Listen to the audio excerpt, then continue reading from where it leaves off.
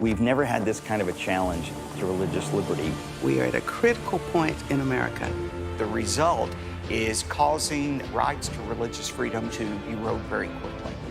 When the founders envisioned this new nation, they wanted to create a land that was free for Christianity to flourish. We live in a country that is a light of freedom to the world. It's critical that the next generation understands that.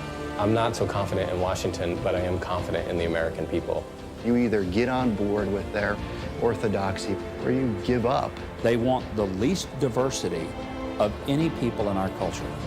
There's no room for God. The church really needs to wake up. We aren't exercising the power that we have to do good.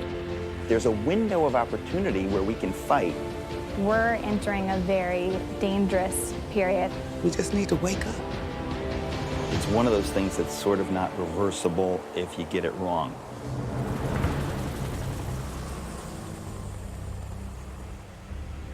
As American citizens, we have a remarkable privilege to live in this country that has such religious freedom, perhaps such that has never been experienced in human history. That is a wonderful gift to us. And because of that, we need to be good stewards of this time in history where we have the erosion of religious liberty happening in our lifetimes. We need to guard it, be able to explain what freedom of religion is, and be able to say what are the consequences of further erosion of religious liberty. It is critically important that we do this on some of the most challenging issues of our day.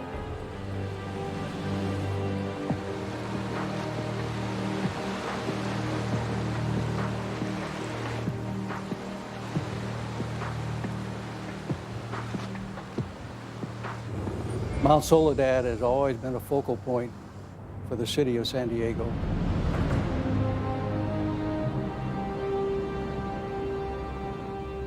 And for native San Diegans such as myself, it's very much a beloved landmark.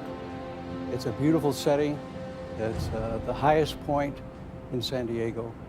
It overlooks the ocean on both sides. It's right near both a naval base and an Air Force base.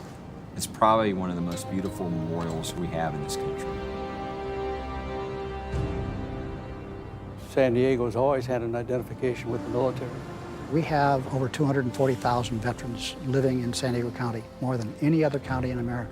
Well, at the top of the hill is a very distinctive Veterans Memorial, and in the centerpiece of the memorial is a cross.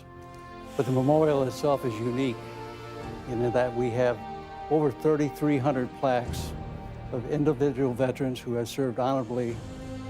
We do have a lot of celebrities who are there. We have Medal of Honor recipients, but we have just plain people who have served their country, and that's who we like to concentrate on, you know, those who have served their country honorably. It's been there for a long time until it was attacked by the ACLU, saying you can't have this memorial up here, it's federal land. Well, this particular battle is probably the longest running religious liberty fight of its kind in the history of the United States. And they sued both the federal government and the veterans who have control over that memorial. To me, when I look at the cross there, I see it as a symbol of the selfless sacrifices that veterans have made in service to their country. I think one of the nuttiest things I ever hear is that somebody's symbol expressed in a free society poses a threat. No, it poses an affirmation of the freedom of that society to accept any number of religious symbols. It's representing sacrifice and people giving the ultimate sacrifice for their country. It's outrageous to me that somebody would take offense in a cross that was put there by and for veterans to commemorate their service in the war. And I'm wondering, when is the lawsuit going to happen that will force us to go to Arlington Cemetery and take down every cross in Arlington? What do you do with the Tomb of the Unknown Soldier that says known but to God? What do you do with the crosses and stars of David and religious symbols that are in every community of every state of this country? It is not the government's job to determine which symbols of faith are appropriate and proper. It's the government's job only to protect that there is a freedom to have religious expression And the Constitution expressly forbids Congress from getting involved, making a law that would be an impediment to anybody's expression.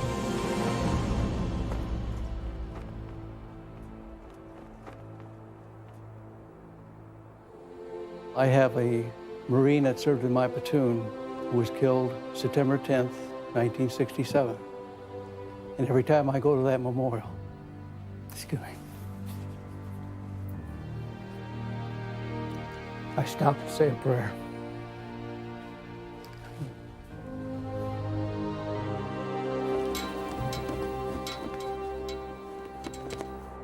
This is about our veterans. It's about remembering and respecting.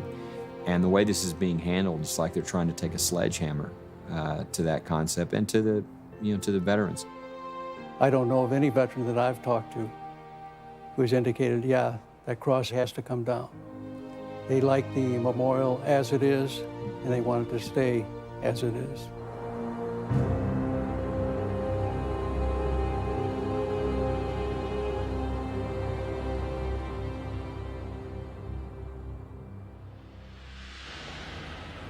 It is critically important for our freedom of speech, for our freedom of association, for all these other freedoms, that we have a robust understanding of what religious liberty is.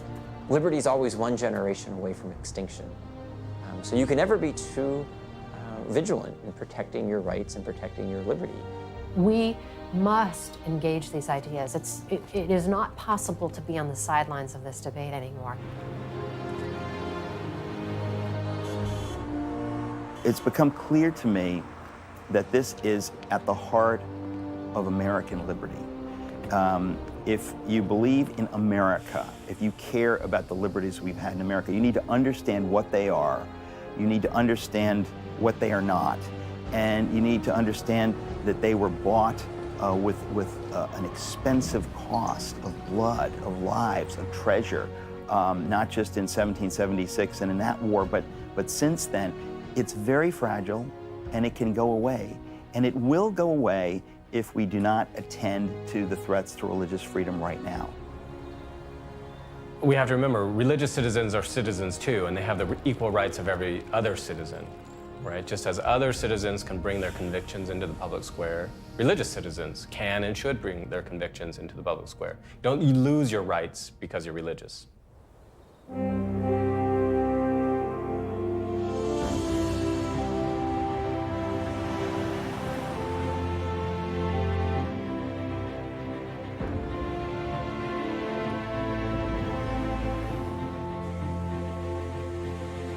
You really can't walk into Hobby Lobby without knowing in a very short period of time what the culture is here. We've tried to develop a culture of really service, to serve one another. When we bring our managers in, we tell them that they're not here to serve us, but we're here to serve them. I think that our statement of purpose probably says that as well as anything, and that is that we want to operate our business according to biblical principles. To my knowledge, there's no big box company that's only open 66 hours a week. We're closed on Sundays, closed at 8 at night. We have a minimum wage for our employees of $14 an hour. We just say to them, we care about you in every way we possibly can. At first it was a bit vague. We just knew that there was new legislation coming down, didn't know exactly how that would affect us. And then when the Supreme Court determined that it was legal, then that's when we had to get serious about what the implications were. We felt like this was a large decision because we could have some pretty dire consequences. We did have a family meeting, and everyone was able to share their thoughts. You know, it was an honest and open discussion with all three generations. This is a private company. We own the company. We built the company. We believe that life begins at conception, and they're asking us to take our finances and pay for this abortive pill, and so we just knew that we couldn't do that. I really didn't have any question whatsoever how the family would come down. The family was unified in the fact they said, this is not something that we want to do as a family. I think there was a sense of peace that this is the right thing to do. Never in our 237 years as a republic has any government decree make us fund the taking of innocent human life as a condition of continuing in business. One of the more common comments is that we're imposing our religion. That is a violation of my faith. It is not that we want to impose our religion on anyone. We want to be able to share what our beliefs are, but we're not imposing it on anyone. These are real heroes who could easily say, well, you know, we'd love to fight this, but we'd lose a lot of money. They're saying money is not as important as the morality involved. We care about people, we care about women, we care about life, and that's why we do so much to do all we can for every employee. As I sat in the Supreme Court during the Hobby Lobby argument, the Solicitor General of the United States, I mean the highest lawyer in the country representing our federal government and the President, standing up in front of the court and saying, and this is not an exaggeration, this is what he said, that when you decide to go into business and make a profit, you are making a decision to waive your religious freedoms, and that you now operate under the government's rules. It's an extreme thing that the federal government argued in front of all of our justices. In many cases, it's when things get tough, when things get challenging, that people wake up and realize we are in a situation that is dire. And we need to make sure that the freedoms that were granted to us by our founders, that they are upheld. We're in a situation where we're going to have to take a stand.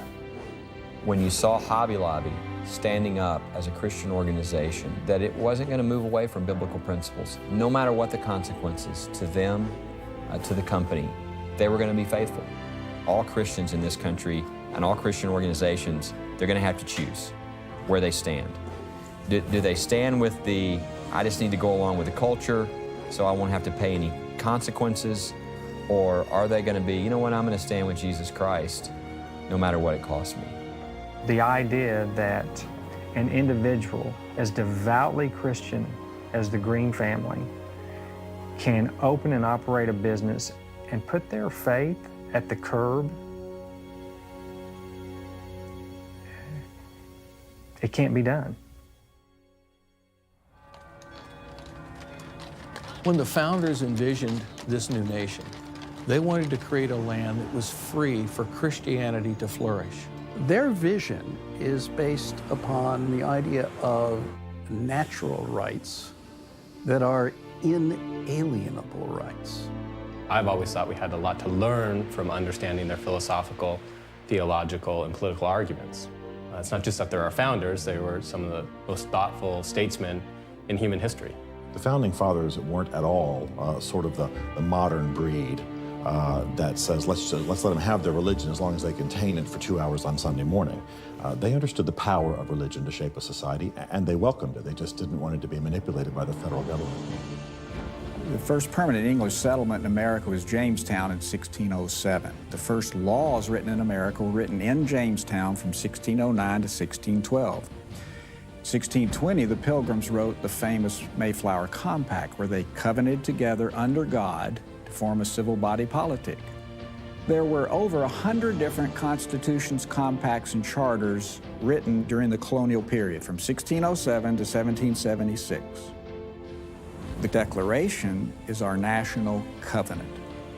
13 years later, we came up with a new form of government that went into effect in 1789. This is the United States Constitution. The original Constitution emerged from the Constitutional Convention at Philadelphia without any provisions that we now call the Bill of Rights. Many of the founders argued we didn't need the Bill of Rights, because nothing empowered the federal government to be establishing a church in the first place. Nonetheless, opponents of the Constitution made an awful fuss about the absence, almost complete absence, of any specific rights protections. Madison rose on the floor of the House of Representatives in New York in June of 1789 and gave his great speech introducing a set of amendments to the Constitution.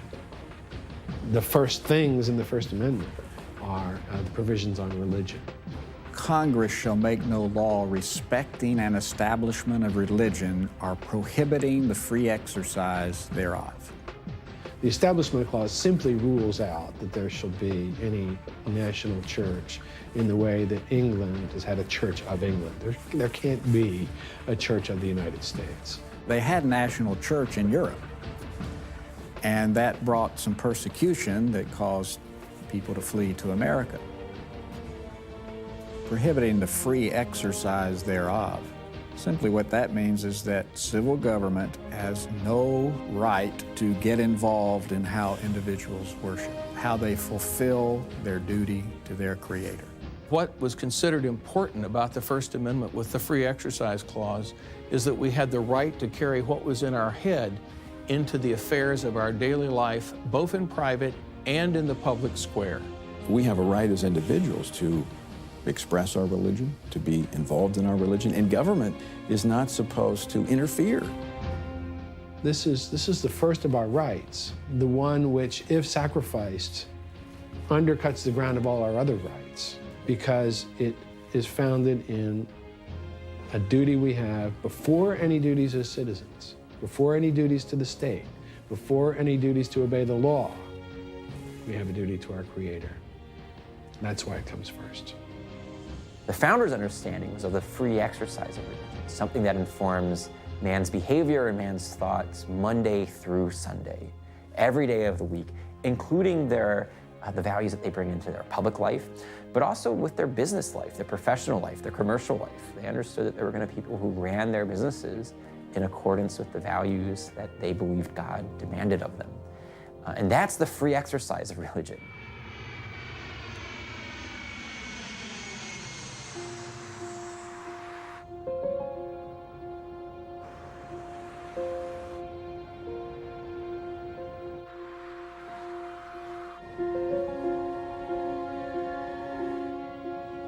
I've always, since I was a little girl, loved weddings. I started in 2006 out of my house.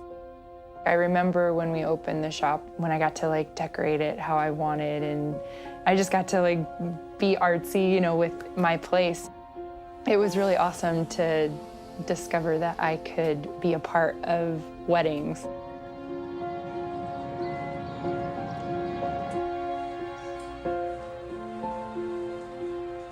Arlene's has been in business for 47 years. I tell my crew I don't write their paycheck, the customers do. So we have prayer every morning. If you want to join us, fine. If you don't, fine. But I let them know up front that we run the store in that perspective. There's so many hurting people out there, and there's, especially on funerals or somebody lost a child, that we want to be responsive and loving and caring. A lot of people have told me that it's their centerpiece of their wedding. I really like to sit down with them, and I like to find out more about them. It's all centered around, we custom design your cake for you. It's not pick what's in this book. Every one of them is a work of art from Melissa. Sometimes we'll service the weddings, we'll go there, set up the flowers for them. Many times I've walked the bride down the aisle and pinned on the flowers for the guest. Her personality is such that I don't think that there was anybody that came in, ordered a cake, and didn't feel like Melissa was their friend afterward.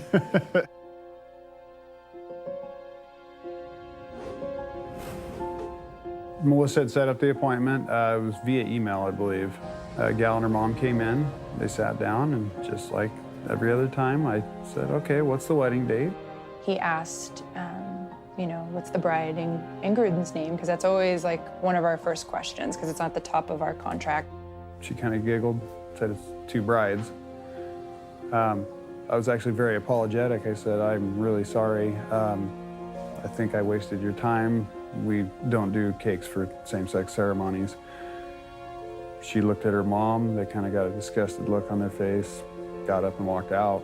I asked my husband, were you nice? How did it go? And he's like, no, I was very nice. I was very friendly about it. But they just, they weren't happy. And I was like, okay. He's like, it'll be okay. And then all of a sudden I hear him say, I'm gonna have to call you back. The mom came back in. She said, you get to say your piece, and I'd like to say mine. I said, okay. She told me that she once believed the way I believe, but since her truth had changed, Rob has been a customer of ours for a long time, and we had a good relationship, and we always made special arrangements for him, and it was a fun thing for me, it was a fun thing for him. And he came in the store one day, and we were chit-chatting, and he says, "Oh, I'm going to get married." And I just grabbed his hand and said, "I'm sorry, Rob, I can't do your flowers because of my relationship with Jesus Christ." And he said, "I understand." And he said, "It's okay." And we talked for a while and visited, and we hugged each other, and he left. And so we thought everything was fine between both of us, and then the next day it went viral.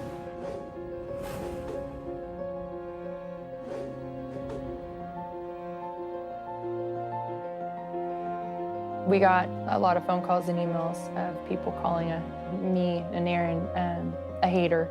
Lots of just really mean-spirited phone calls and emails. We get people poke their head in the door at the shop, yell profanities and run, you know. It's just, it blows my mind that to simply say, I don't want to take part in this, gets that kind of a backlash. I mean, if Rob walked in my door today, I'd give him a hug and sell him flowers. I'm not a hater. I love everybody. And I mean, I even love gay people. I've had gay friends, you know. I don't hate them. It's not about that. Melissa worked really hard over the last 7 years to build up a referral list. People she referred, they referred her. And now I pretty much don't have really anybody that refers me anymore. I've lost all of them.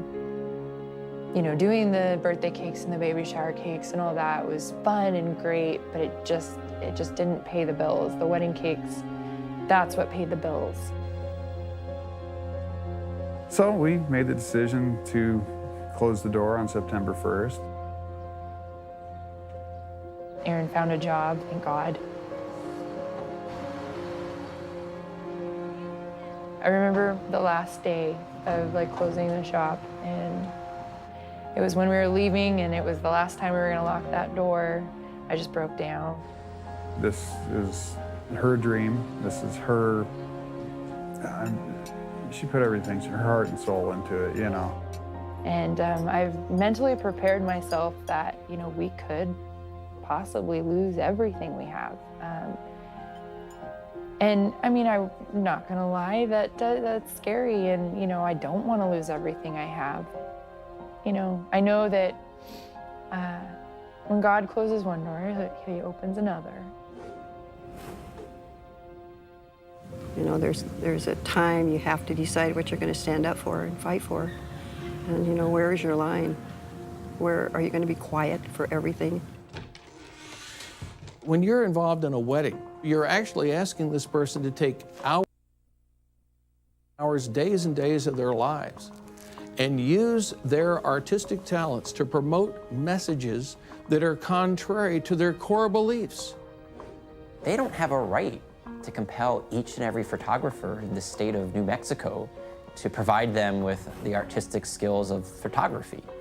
They have the right to lead their life how they choose to. They have the right to go to a church that will provide them with a service. If the church wants to provide them with that service, they have the right to hire a photographer who will take pictures for them if the photographer wants to take pictures for them. But there's no natural right to compel other people into celebrating your wedding. I don't think the founders could have ever conceived a time when someone was told, you can't practice your trade, you can't engage in business if somehow the government doesn't like what you think and doesn't accept your particular faith point of view. This concept of non-discrimination has now been exported to lots of other debates. And a lot of our social engineering is being done in the name of non-discrimination. And anybody who dares oppose that is now a supporter of discrimination. You're not hearing the voices of people that say, listen, I have no bigotry, but I just feel uncomfortable with this. Why can't I feel uncomfortable? Why are you forcing me to do this? The government is saying, no, we're going to force you to do it because as far as we're concerned, it's no different than racial bigotry. You know, the American Civil Rights Movement, largely in the African-American cause, was only seeking constitutional rights. It was only seeking the justified rights that ought to be extended to all citizens. There is this taking someone's personal lifestyle choice and their willingness to expose to the public their choices to put it equal with an immutable, unchangeable aspect of our lives, such as the color of our skin. The Bible was the standard for the civil rights movement of the 20th century. The Holy Bible. The most visible leader, Dr. Martin Luther King Jr., my uncle, was a Christian minister. We cannot raise as a standard for civil rights. Well, I want to do this, so this is my civil right. There has to be a standard. There has to be a guideline. And it is actually does a great disservice to the courageous pioneers who fought for civil rights in the 1960s and 70s, based out of, let us not forget, the texts and traditions of the Bible. So it's actually a religious impulse that caused civil rights. I marched, I went to jail. In our training, we had to promise to read our Bible every day, to pray to God, to honor Jesus, to love each other. Those were prayers that we prayed before we marched, and I believe that people have forgotten those standards.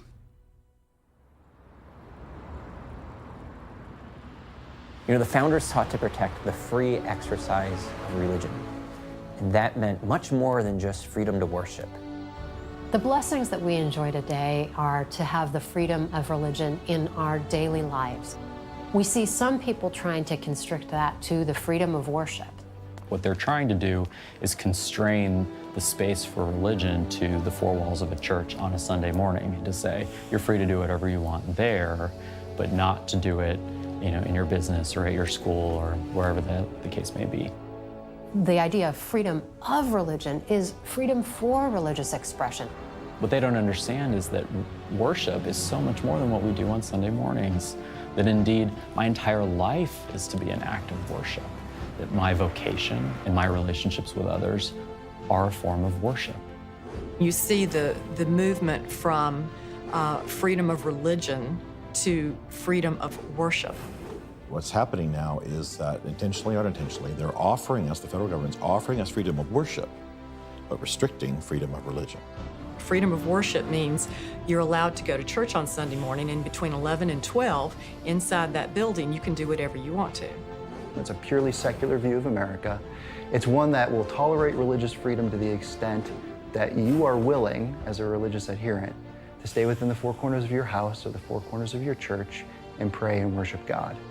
But don't bring it out into the public square. Don't bring it into your business or into the schools or any of that, because that will be polarizing, that will be divisive. Faith cannot be confined to what you do for an hour once a week. That is not religion, and it's not worship. Separation of church and state isn't found in the Constitution. Now that phrase is in the Constitution, the former Constitution of the Soviet Union, but it's not found anywhere in any of our official documents. The way it's being perverted today, particularly by people who aren't pro-religious freedom at all, is they will use it to say, wherever government is, you can't have religion there. And of course, the government is now everywhere. And so this is simply a way to push religious freedom to the corners of society. It's almost like a mantra that everyone who doesn't like a person of faith and that person standing up for those moral values, they'll throw out the mantra, separation of church and state. You know, go back into your church walls and leave us alone out here in public life. A wall of separation was talking about between the institutions of the church and the institution of the state. We don't want the church leading the government as an institution. We don't want the government leading the church as an institution. Well, the phrase is a phrase that Jefferson wrote in a letter in 1802 to the Danbury Baptist Association. They were a group of churches, Baptist churches in Connecticut. Thomas Jefferson's letter to the Danbury Baptists, which does mention a wall of separation between church and state, is often confused with the actual Constitution itself. The Danbury Baptists wrote President Jefferson, concerned about the state of Connecticut imposing their religious beliefs on the Baptists. When Thomas Jefferson wrote to the Danbury Baptist Association, we have to realize that they were coming to him because they saw him as a champion of religious liberty and freedom. What the point for Jefferson was there is that the government has no business telling people what their statement of faith ought to look like. What he was talking about, and very clearly, read the letter, he's talking about a wall of separation so the state could not tell people of faith how to live their lives. And today we've kind of turned the whole thing around. It's kind of like church, Christian people, you can't have anything to do with public life. It was the Supreme Courts in 1947 that kind of found that phrase that had not really been popular at all. The Everson Supreme Court case in 1947 took language from Jefferson's private letter to the Danbury Baptist Association in 1802 and made it law. They extracted it from Jefferson's letter, then they misapplied it, and then we've built a whole concept out of it today. And of course, the one who used those words were Hugo Black, who wanted to keep the Catholic school in New Jersey from receiving public funds. Hugo Black was a former member of the KKK. Most people don't know that, but he was a former member of the KKK and was virulently anti-Catholic. And Hugo Black did not want to support Catholic education, didn't want to support the Catholic Church. And so he was trying to find something, reach back and find something as a way to stop federal support for Catholic education. And it was his hatred of Catholics that prompted this use of the phrase, a separation of church and state. Like a lot of Supreme Court decisions, they're watershed moments, but we don't realize they are at the time. The phrase separation of church and state became law in 1947. It had never been before, and that changed everything.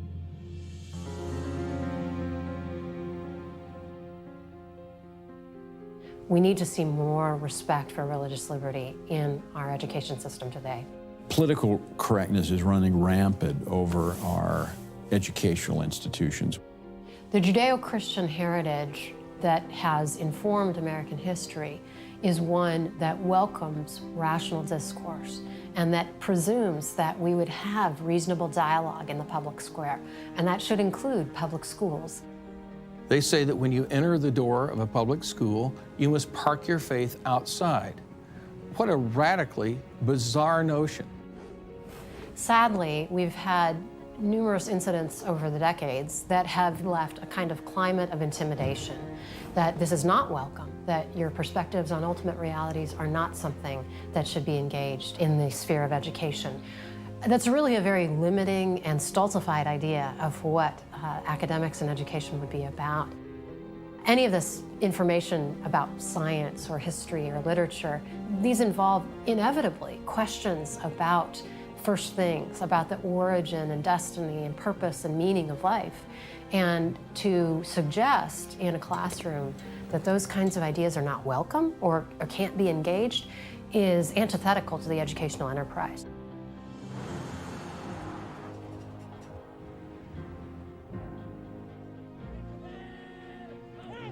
They wanted to inspire the team. You had a bunch of girls, 14, 15, 16-year-old girls that were tired of kill or mash the other team on signs. They thought, what can we do that's encouraging? When they began to talk about inspiring and being inspirational or being an encouragement, and they talked to a school official, and that school official told them, as long as an adult's not involved, well, it's okay. The football team got behind it. They were 100% for it, and it was neat to see those kids bond like that. It was confusion at first as to, who had a problem with it. We couldn't imagine who it was.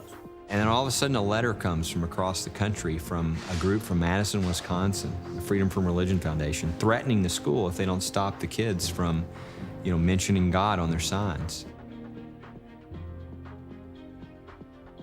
So we actually had to go into court to defend the most basic right to free speech and free exercise of religion. They put all these girls through hearings.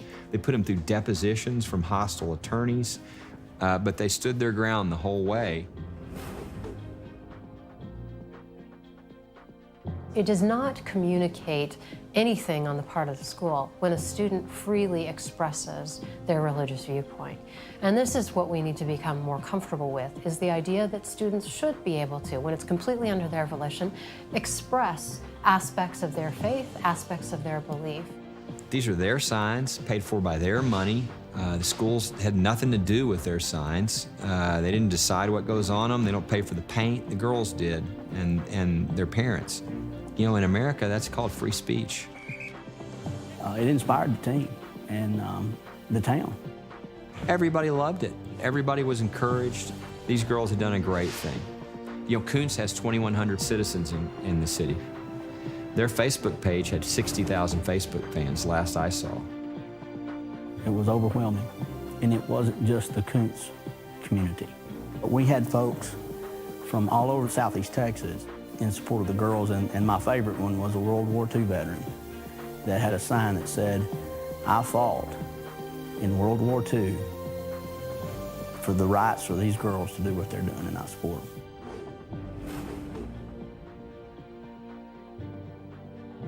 What a ridiculous thing to say is that somehow a person who might be exposed to a point of view other than his own is somehow going to be irreparably harmed. The freedom from religion perspective gets this idea wrong. They are trying to suggest that there should be a sanitized corridor where no religious viewpoint can be expressed at the peril that someone somewhere might be offended by it. We don't have the right not to be offended. We have the right to express our religious viewpoints.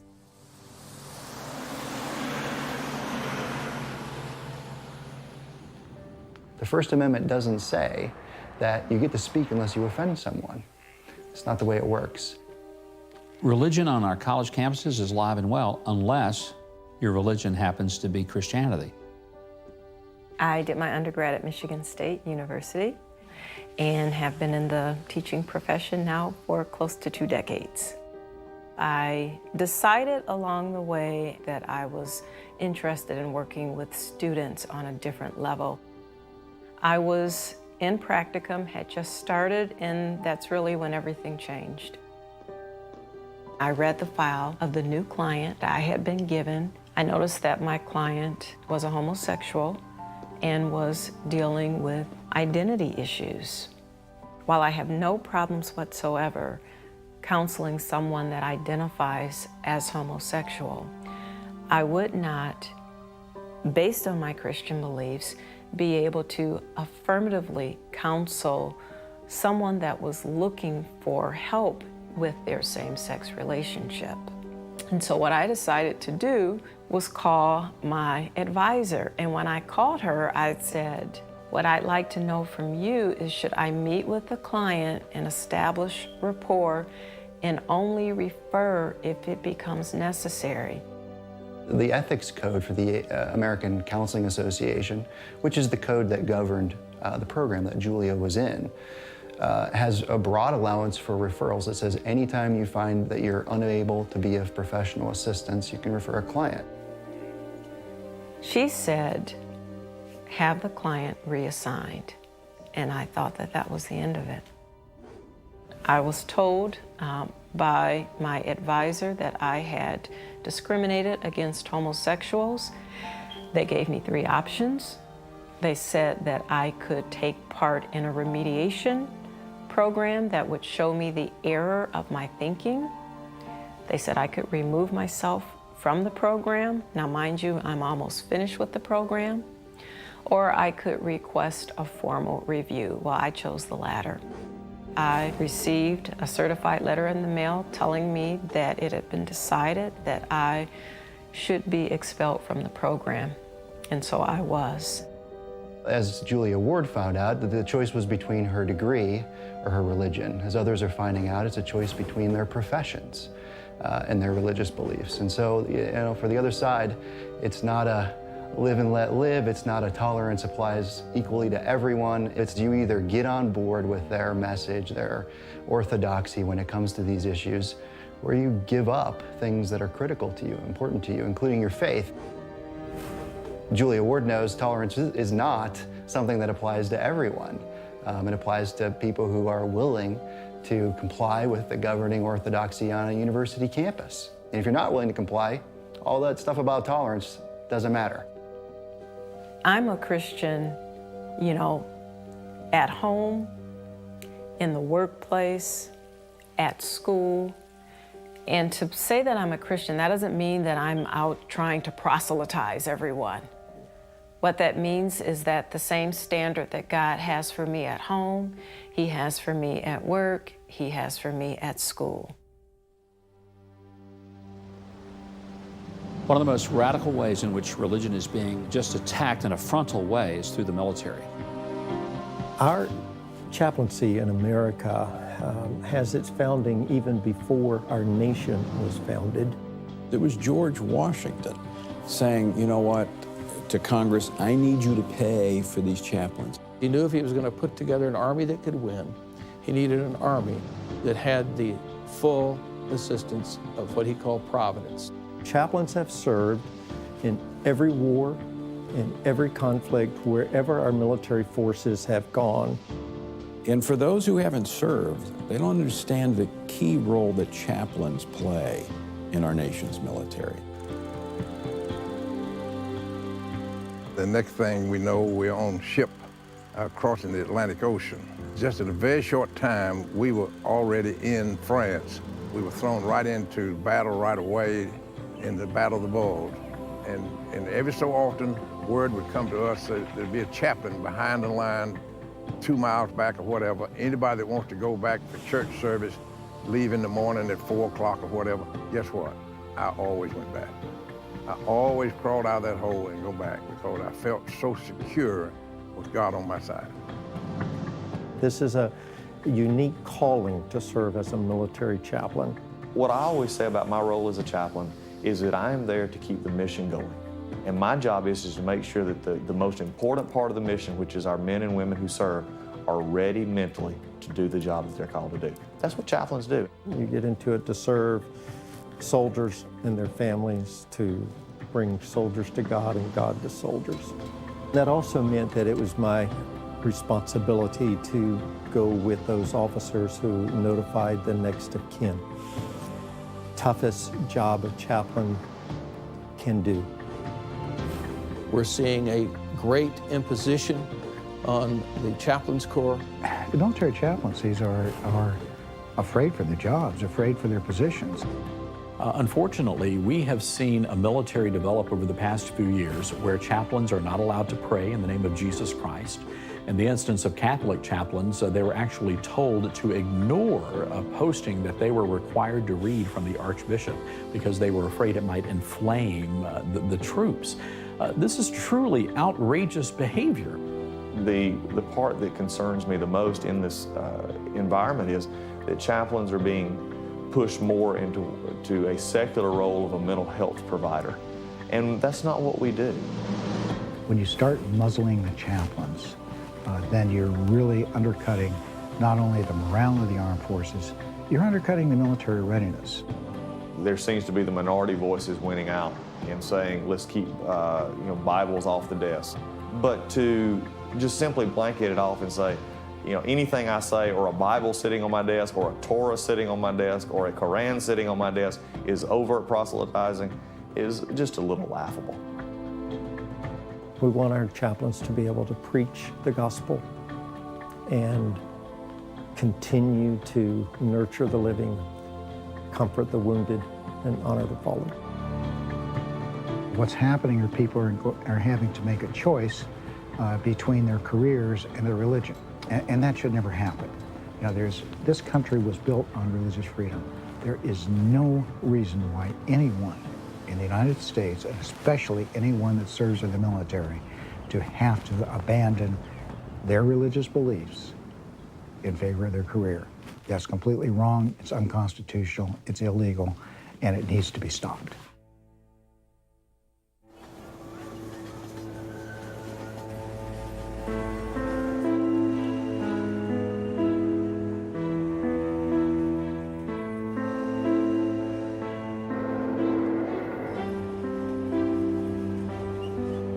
I studied Bonhoeffer in college, And one of the most important books I ever read was the book, The Cost of Discipleship, that Bonhoeffer wrote. The reason religious liberty is so important is that it's one of those things that's sort of not reversible if you get it wrong. So this is one of those things. The portcullis is coming down. It's not as though we can get to this when we get to it. And I think that that's exactly the urgency in the Bonhoeffer story. He knows that it's possible to wake up the German church, and he does everything he can, but they don't wake up. Bonhoeffer saw, I think around 35, 36, and then certainly in 37, that they had lost. The church was unwilling to take a stand, and they had all kinds of reasons. Some of them are good reasons, but they weren't good enough. And at some point, the battle was over. In Germany in the 30s, you had the different sides, different parts of the church, you know, unwilling to link arms in a sense. And in retrospect, you think, oh my goodness, imagine not linking arms against Adolf Hitler. Here you have such a clear enemy of the church. Now, many of them were ignorant. They did not understand what an enemy he was of the church. But Bonhoeffer was trying to wake them up and say that, listen, we are all united in this. We all need to link arms and fight as one and hold this line, or Germany and the German church will die. The good news is that the American church is slightly more attuned to the rumbling herd in the distance than the German church was in the 30s. The bad news is only slightly, right? Here's a picture of religious liberty under siege. And Bonhoeffer, for whatever reason, sort of like a prophet, was the only one to really see this with clarity. Bonhoeffer faced it not in the abstract, but in the concrete world of reality, where if he'd simply renounced his faith, or just softened it, just went along, he could have spared his life. But not only did he fail to go along, but he openly resisted and rebuked, and it cost him his life. And you know, the parallel today is simply that you have a government, a state, which is getting larger and larger and more powerful, and is beginning to push against the church. There's a window of opportunity where we can fight.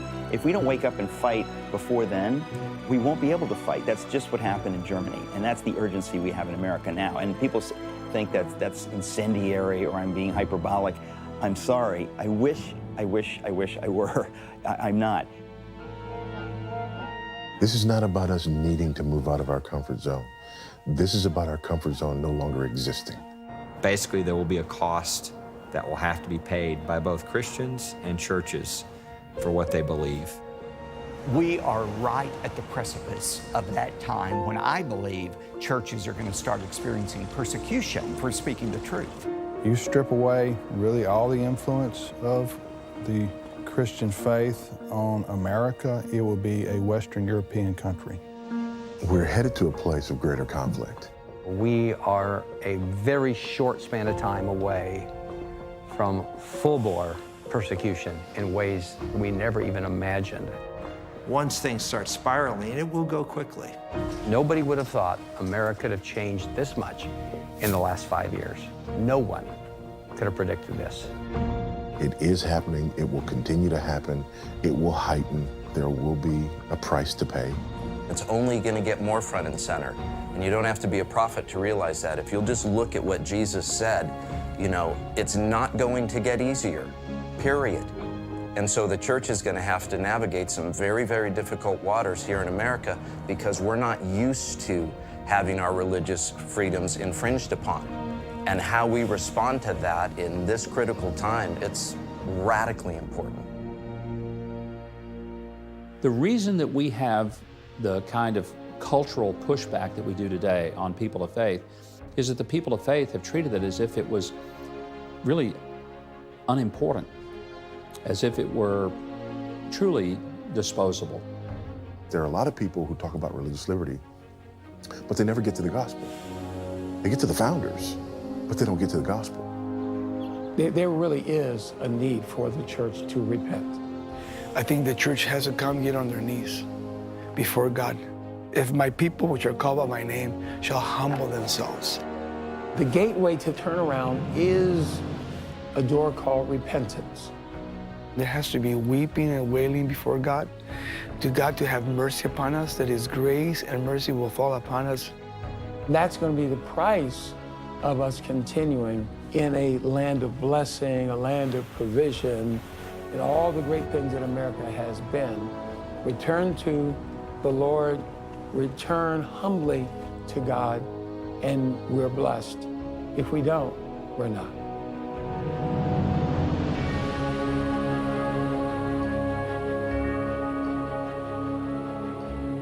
I would say the body of Christ is very divided today in terms of its knowledge. There's basically one part of the body that is up to date, following the internet, following the cases, very alert, very aware. Then there's another part that is, to be kind, absolutely clueless. And I believe the result of this really inattentiveness to what's happening in our culture is causing Christians to see their rights to religious freedom erode very quickly. We are living in a time when more resources are at the tip of our fingers than ever before. There is no excuse to be uninformed. You know, Jefferson said, a free people must be an educated people, right? People need to learn about their rights, learn where their rights come from, learn that religious freedom is not granted by government and therefore can't be taken away by government. We need to know how to apply the founders' ideas to these 21st century challenges. That will ensure a safe future for religious liberty. But if we do not take this challenge seriously, then we will continue to see the erosion of religious liberty, and that will be a travesty for the history of the United States. What's going to happen in the next 3 years, 5 years, 10 years, 20 years as a nation is really up to whether or not we engage, whether or not we stand, or whether we sit back and let those who have an agenda have their way. We all have a responsibility to find out what's going on in America and engage. We're called to be the very best of good citizens.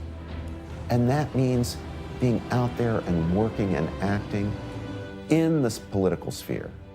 Look, the word politics means to govern, control, or to influence.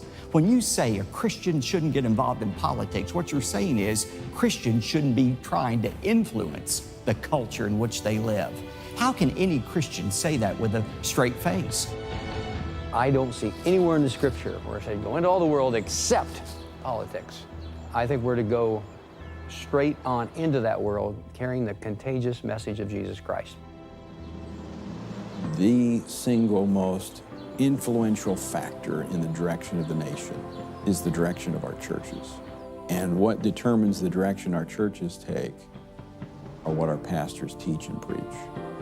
The church really needs to wake up, and if the pastors, priests, and ministers don't wake up, the church can't wake up. The job is to teach what is true about the sanctity of human life at all stages and conditions, or the dignity of marriage as the conjugal union of husband and wife, or the importance of religious freedom and the rights of conscience, to teach them in season and out of season, to teach the truth when it makes you popular or when in the cultural circumstances it makes you unpopular. Most pastors, ministers, priests in America, they've lived in a time where they haven't had to do this, and I think they need to discern the times and understand that they have to step up. Otherwise, it will be nothing less than cowardice. I mean, you look at the pastors in Germany who didn't speak out. What do we think of them now? A small percentage of pastors get that. They see what's coming. They're willing to stand up. Their understanding it's time to stop talking about Dietrich Bonhoeffer and start being willing to be him. You're going to have to make a decision. Choose you this day who you will serve. If it's God, serve God. If it's Baal or the kingdoms, religions, or ideas of this world, then serve him. You're going to have to make a choice. You're going to have to stand courageously, and you're going to have to speak the truth in love under the unction and power of the Spirit of God.